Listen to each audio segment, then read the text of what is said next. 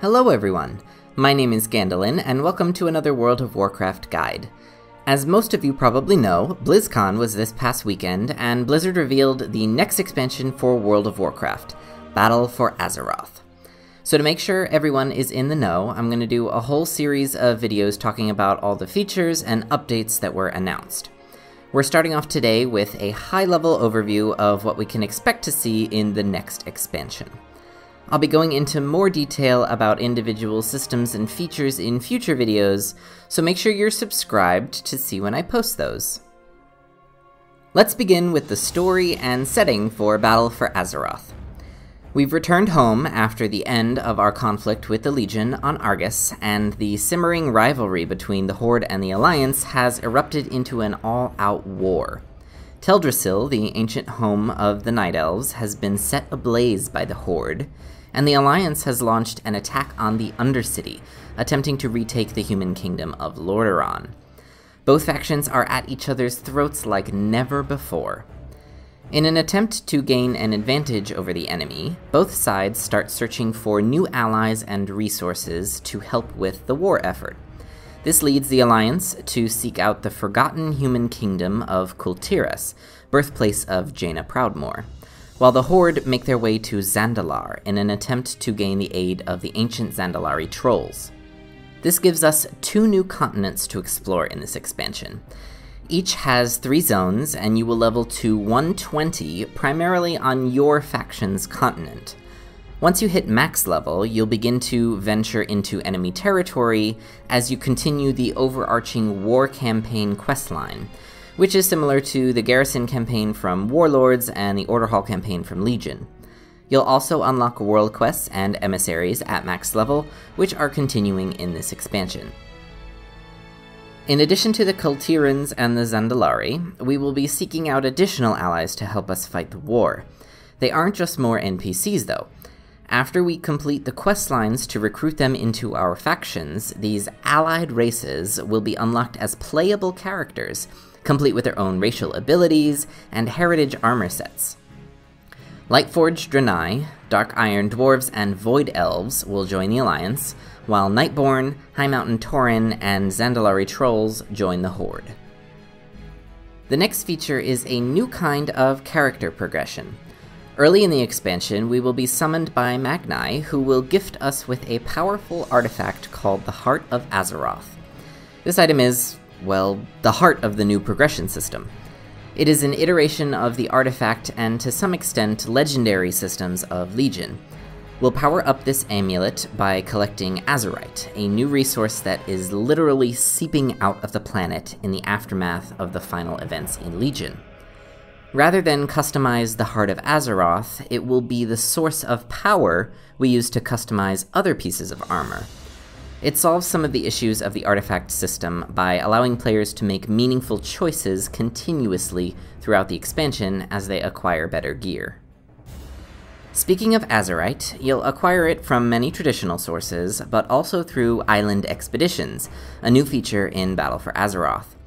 Being very technologically minded, goblins and gnomes have figured out ways to identify islands in the Great Sea where Azerite has appeared in abundance. This will allow you and 2 other players to team up and head to the island to secure the resource. These islands will be very dynamic content. While you may visit the same island more than once, it will have different puzzles and enemies each time.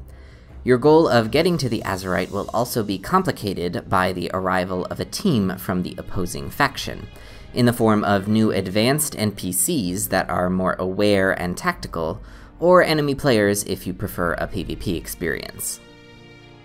Next, to increase the feeling of a world at war, Blizzard has added a new piece of content called Warfronts. These are 20-player co-op PvE events that are inspired by the RTS roots of the Warcraft games. You and your fellow players will establish a base, gather resources, and train an army to attack or defend a strategic location in the world. But instead of looking at it from the top-down view of the original RTS games, you'll actually be part of the action. Secure these locations and bring victory to your faction. Battle for Azeroth will have 10 new dungeons available at launch. Horde and Alliance each have 4 leveling dungeons, with the rest opening up at max level. These dungeons will be available on normal, heroic, mythic, and mythic plus difficulties. They also gave us some details about the first raid in the expansion, which will take place in an abandoned Titan research facility on Zandalar, where something has gone very, very wrong. They also teased that we would finally see Ajara, Queen of the Naga, in the raid after that. With all the focus on faction pride and group content, Blizzard has announced some improvements and additions to the game's social structures. First, BattleNet Voice is coming to World of Warcraft. It will be fully integrated into the party and raid UI throughout the game, and it will also be added to guilds. They also announced a new feature called Communities. These are character-specific cross-realm groups that you can join in addition to your guild. Each will have its own chat channel and roster, and you can be in multiple communities at once. Finally, there are a few smaller announcements and things you should be aware of that are coming in Battle for Azeroth. We are in for another stat squish like the one before Warlords, only this time they'll also be squishing item levels down to more manageable numbers.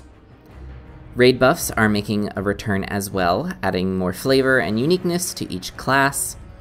For those of you wondering about flying in Battle for Azeroth, it will be available much in the same way that Legion flying was, and will probably take about as long to come out.